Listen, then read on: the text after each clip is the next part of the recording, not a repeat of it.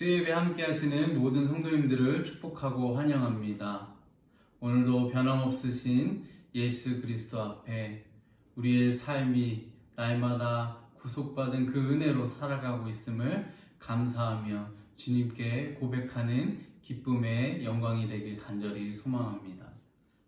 사도신경으로 예배를 시작하겠습니다.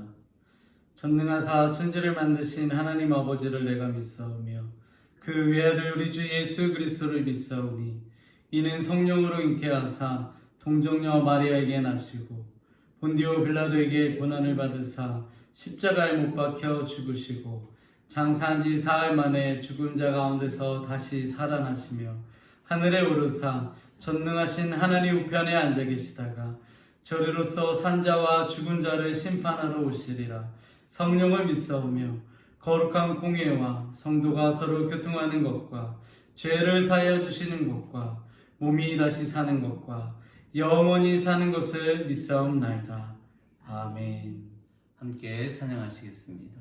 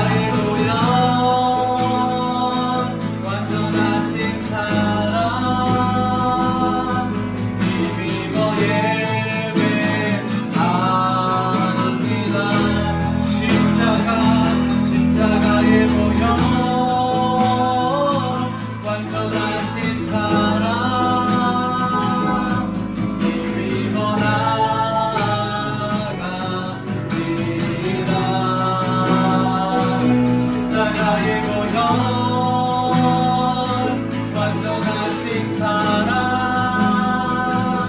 힘입어 예배하 자격 없는데 힘이 아닌 자격 없는 내 힘이 아닌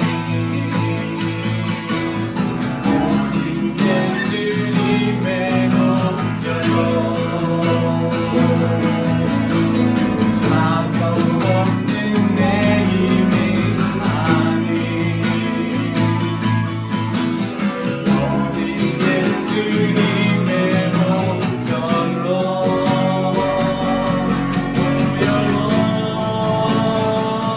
십자가의 보혈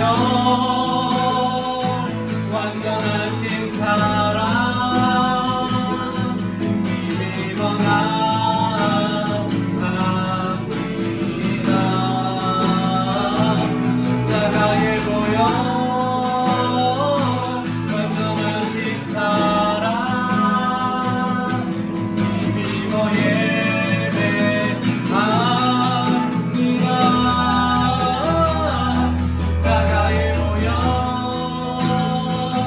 완전하신 사랑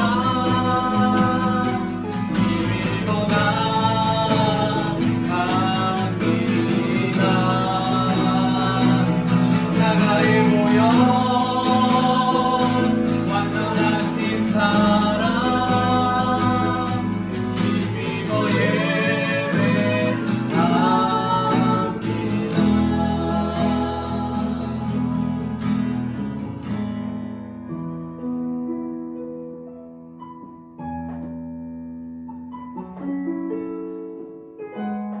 나아갈 수 없고 나약한 우리가 나아갈 수 있고 힘입어 살아갈 수 있는 이유는 오직 예수 그리스도밖에 없음을 주님 앞에 고백합니다.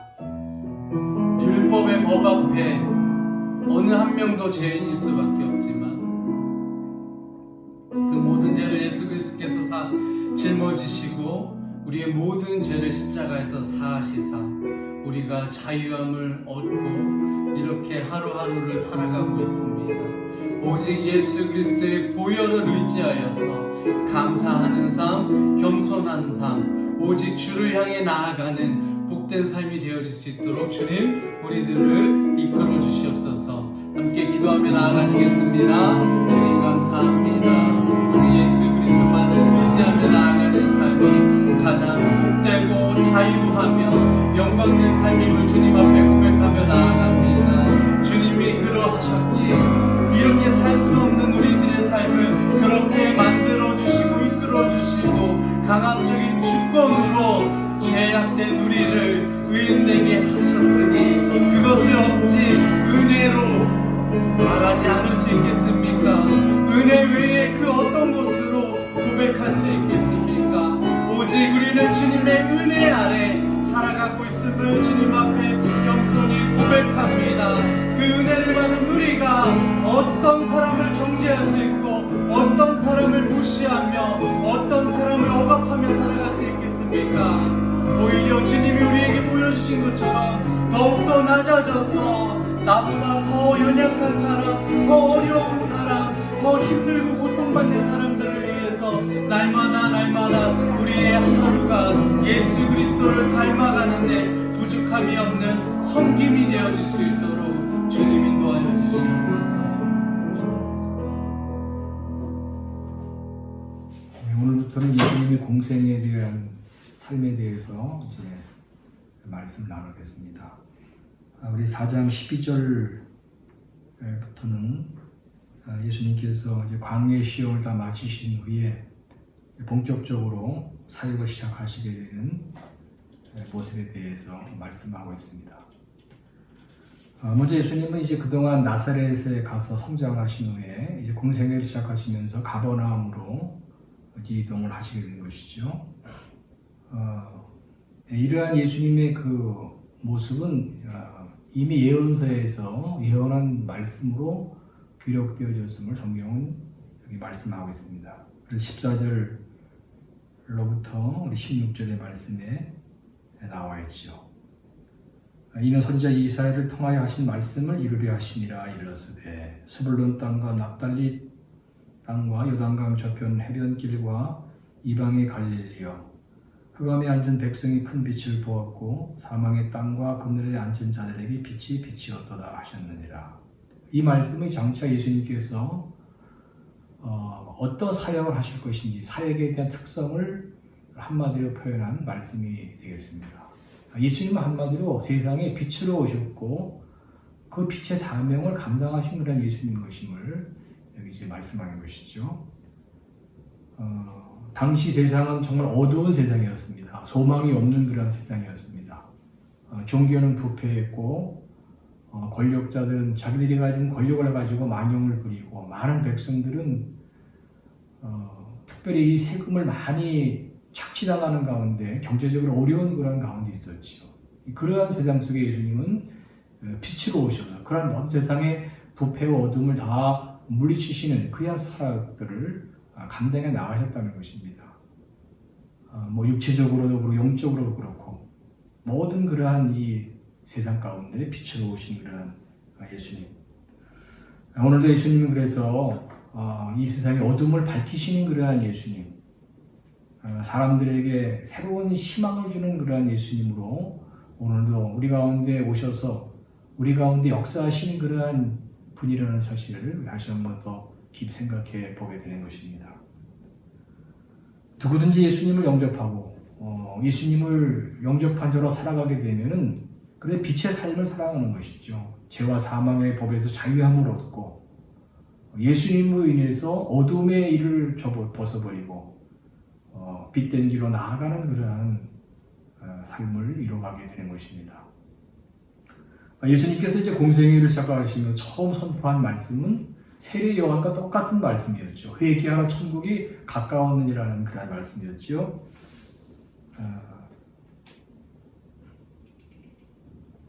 우리 17절 말씀이 나와 있습니다. 이때로부터 예수께서 비로소 전파하여 이르시되 회개하라 천국에 가까웠느니라 하시더라.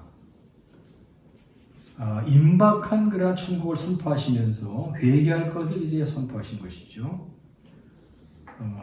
천국은 어떤 곳인가? 여기 이제 우리 마태복음에 보면 이 천국, 하나님의 나라에 대한 말씀이 앞으로도 계속 나오게 되는데 이 천국이라는 곳은 물론 이제 장소적인 개념도 있겠지만 그러나 하나님의 통치가 이루어지는 영역을 이제 말하는 것이죠. 하나님의 나라가 통치가 이루어지는 그런 영역. 그것이 하나님이 설계하신 완전한 세상인 것이죠.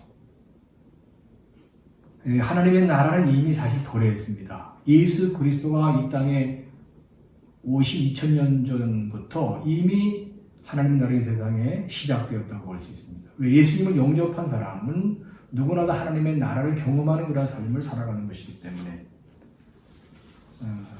우리는 다 예수님을 영접한 그런 사람들로서 정말 천국 그래서 시민의 삶을 우리가 살아가고 있는가? 하나님의 통치를 우리가 세상 속에 경험하는 자로 지금 살아가고 있는가? 우리 좀 생각해 봐야 되는 것입니다. 하나님을 그래서 어디서나 경배하고 하나님을 언제나 따르고 또 하나님의 은혜를 받고 하나님의 사랑을 받으면서 정말 부족함이 없는 그런 인생으로 우리 살아가도록 해야 되는 것이죠. 이제 18절 이하에는 제자를 부르신 예수님에 대해서 또 말씀합니다. 여기 먼저 4명의 갈릴리 어부들을 부르시죠. 베드로와 그 형제 안드레, 또 야고보와 그 형제 요한을 예수님께서 제자로 이제 부르시게 됩니다. 예수님이 이제 공생애를 시작하시면서 천국 복음을 선포하시고 두 번째로 제자들을 이제 부르시면서 같이 사역하시게 되는데 그들에게 제대로 부르신 첫 번째 말씀은 19절에 나옵니다. 나를 따라오너라 내가 너희를 사람을 낚는 어부가 되게 하리라 그렇게 말씀하십니다. 여기 이제 따른다는 이 말씀은 선생과 제자의 관계를 나타낼 때 사용되어지는 그런 말입니다. 그러니까 제자는 선생을 따르는 그런 사람이라는 것이죠. 요즘에 이제 교회마다 그 제자 훈련을 많이 하지 않습니까? 우리 교회도 예수님의 사람 제자 훈련을 이제 계속 해오고 있는데 이 제자 훈련이라는 것은 예수님에 대해서 배우고 그리고 예수님을 따르는 것이 바로 제자 훈련이 완성되는 것이죠. 예수님을 배우는 것에 그쳐서는 안 됩니다. 예수님의 삶과 예수님의 말씀을 배웠으면 이제 예수님과 따르도록 해야 제자 훈련이 완성되는 것이죠. 그래서 제자 훈련을 받으신 분들은 이제 그 말씀을 날마다 적용해야 됩니다. 그래서 예수님을 실질적으로 따르도록 해야 이 훈련이 완성되었다고 볼 수가 있는 것이죠. 그래서 날마다 우리는 배운 대로 이 삶에 적용하도록 우리 힘써야 되는 것이죠. 이 사람을 낚는 어부라는 말은 우리 구약성에 보면 종말론적으로 사용된 그런 말씀인데요. 예레미야 16장 10절에 보면 종말의 때 하나님은 사람을 낚는 어부들을 불러서 그들로 하여금 이방인을 심판할 것이다. 사람들을 심판할 것이다. 그렇게 말씀합니다. 그러니까 이제 예수님은 이제 그 당시 이 갈릴리 어부들을 부르셔가지고 제대로 삼아서 세상을 심판하시도록 그들을 마지막 때에 그렇게 제대로 부르셨다는 그런 의미가 있는 것이죠. 그리고 오늘날 우리가 다 예수님의 제자로 이렇게 정말 부르심을 받았다고 하면요. 첫 번째로 우리는 이제 종말의 때가 가까웠다는 사실을 알아야 됩니다. 종말의 때가. 그리고 우리도 이 때에 사람들이 다 예수님 영접하고 심판의 때를 면하도록 사명감을 가지고 또 제자의 삶을 성실하게 살아가도록 해야 되는 것이죠. 종말의 때가 있다는 것, 모든 사람들에게 복음을 전하는 삶. 이것이 이 시대 제자로 살아가는 우리의 사명이라는 사실을 다시 한번 깨달아야 됩니다. 이 종말의 때는요, 우리가 무서워하거나 두려워하거나 그런 마음을 가져야 안 됩니다. 종말의 때를 생각할 때. 그것은 세상 사람들이 갖는 생각이죠. 종말이라는 것은 세상 사람들은 망하는 것, 세상이 끝나는 것으로 그렇게 생각합니다. 그래 두려워하게 되고 근심하게 됩니다. 그러나 우리 믿는 사람들에게서 종말의 때에 대한 개념은 그것이 아니고 하나님 앞에 서는 때를 우리는 생각해야 됩니다. 종말의 때. 심판의 때가 아니라 하나님 앞에 서는 때. 그리고 우리가 하나님 앞에 섰을 때 우리 얼마나 사명을 감당하고 섰는가. 이걸 항상 생각하면서 제자로서의 삶을 우리가 성실하게 살아가도록 또 해야 되는 것이죠. 제대로 부르심 받은 어부들의 모습에 대해 살펴보면요. 그들은 첫째로 즉시 결단을 해야지요. 우리 20절 말씀에 그들이 곧 그물을 버려두고 또 22절에 보면 그들이 곧 배와 아버지를 버려두었다. 즉시 결단하고 그리고 예수님을 이제 따르게 되었다는 것이죠. 여기 이제 그물을 버려뒀다. 또 배와 아버지를 버려뒀다. 이 버려뒀다는 것은 우리가 쉽게 표현하면 뒤돌아서지 않겠다는 거잖아요. 그죠? 이제 버려뒀으니까 더 이상 거기에 대해서 미련을 갖지 않는다는 것입니다. 배에 대해서, 아버지에 대해서. 이건 이제 과거로는 더 이상 돌아갈 수 없다고 하는 어떤 행동의 의지를 나타내는 표현하는 말씀이죠. 여러분, 그렇습니다. 오늘도 우리가 예수님 부름을 받고 이제 예수님이 전에 모든 것과는 이제 다 우리가 정말 또 결별을 해야 되는 것이죠. 그래서 예수님을 영접한 사람, 예수님의 부름을 받은 우리 크리스찬들은요, 더 이상 이제는 세상에 대한 미련을 우리가 갖지 않도록 해야 됩니다. 세상에 속한 것들, 세상의 물질이라든가 명예라든가 뭐 권세라든가 세상의 쾌락이라든가 이 세상적인 것에 대해서 거기에 대해서 미련을 갖지 않도록 해야 됩니다. 그것을 완전히 우리가 부정하자는 얘기가 아니고 그것에 우리의 마음을 뺏기지 말자는 것이죠. 미련을 두지 말라는 것입니다. 그래서 날마다 이 세상 것에 미련을 두지 않고 제자의 삶을 온전히 살아가도록 내가 예수님을 따르는 데 있어서 우리가 믿음을 가지고 이제 앞을 향해 나아가는 거나 삶에 있어서 이거를 자꾸 막는 어떤 장애물, 방해 요소가 있다고 하면 우리가 그런 것들을 과감히 우리가 그거를 자꾸 청산하도록 해야 됩니다. 그것을 우리가 포기하고 내려놓도록 해야 되는 것이죠. 이 갈릴리 어부들은 이 모든 것을 다 즉시 결단하고 버려두면서 예수님을 이제 따르게 되었다는 것이죠. 여기 그들이 그물을 버려두고 예수를 따르니라. 그들이 배와 아버지를 버려두고 예수를 따르니라 그렇게 말씀하고 있습니다. 이 따른다는 말은 이제 예수님이 제대로 결국 살게 되었다는 것을 말하는 것이죠. 그래서 결국 예수님의 제자는 나중에 어떻게 됐습니까? 예수님처럼 다 복음 위해서 희생했죠. 순교자가 됐습니다. 우리도 이 시대에 정말 예수님 부름을 받아 예수님의 제자로 이렇게 결단했다고 하면은요, 이제 우리는 끝까지 예수님을 따르도록 해요. 끝까지. 이게 더 중요해요. 끝까지. 중도에 포기하지 말고. 그죠?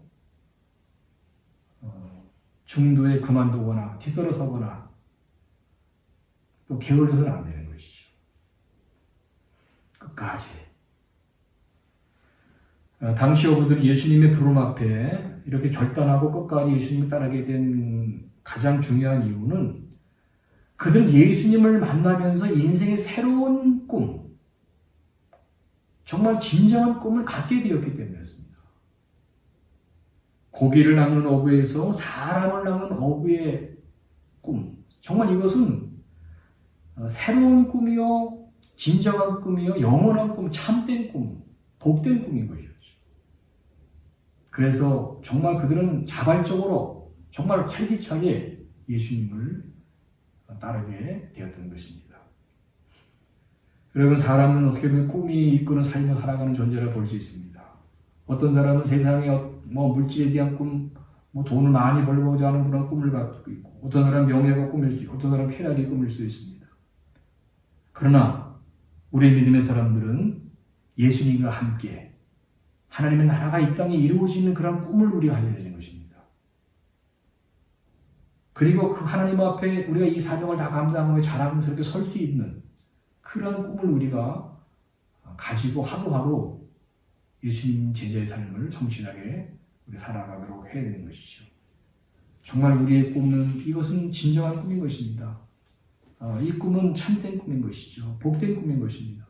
세상에 속한 꿈은요, 아무리 사람의 눈에 거대하고 위대하게 보여도 그거는 다 결국은 사라질 일시적인 꿈에 불과한 것입니다. 우리가 갖는 하나님의 나라에 대한 이 꿈이야말로 영원한 꿈이고, 그래서 진정한 꿈이고 복된 꿈인 것이죠. 그래서 우리들 하나님 앞에 나에게 정말 이런 꿈을 갖게 하시고 예수님의 제대로 살게 하신 은혜 감사합니다. 기도하면서 날마다 예수님 모시고 하나님 주신 비전을 품고 제자의 삶을 앞으로도 성실하게 살아가야 될 줄로 믿습니다. 무더운 여름철입니다. 우리 몸 건강하시기 바라고 또 한 주간 말씀 묵상하시고 기도하시면서 우리 잘 지내시다가 또 주일날 또 뵙기를 바라겠습니다. 우리 기도하겠습니다. 은혜로우신 하나님, 갈릴리 어부들을 부르셔서 하나님 나라에 대한 꿈을 주시고 새로운 인생을 살게 하신 우리 예수님, 오늘도 우리 가운데 오셔서 세상의 험한 것에 빠져 살아가던 저희들, 아버지 하나님, 우리의 이런 마음을 일깨워 주시고 또 하나님 나라를 꿈꾸도록 제대로 부르신 은혜가 있는 줄로 믿습니다.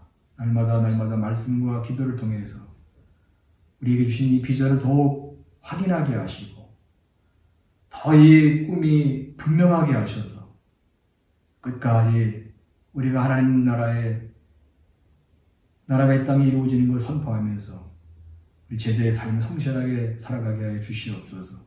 그렇게 살아갈 수 있도록 우리의 삶, 우리 가정과 모든 삶의 터전을 하나님 늘 인도해 가시며 우리가 또 돌봐주심을 더 우리가 보게 하셔서 믿음의 용기를 가지고 우리 끝까지 제자의 삶을 성실하게 살아가게 하여 주시옵소서. 무더운 여름철 우리 성도님들의 모든 건강을 지켜주시고 우리 가정과 삶의 터전을 늘 평안의 은총으로 지켜주시고 인도하여 주시옵소서. 감사하고 예수님의 이름으로 기도하옵나이다. 아멘. 하늘에 계신 우리 아버지의 이름이 거룩히 여김을 받으시오며 나라가 임하시오며 뜻이 하늘에서 이루어진 것 같이 땅에서 이루어지이다. 오늘 우리에게 일용할 양식을 주시옵고 우리가 우리에게 죄 지은 자를 사하여 준 것 같이 우리 죄를 사하여 주시옵고 우리를 시험에 들게 하지 마시옵고 다만 악에서 구하시옵소서. 나라와 권세와 영광의 아버지께 영원히 있사옵나이다.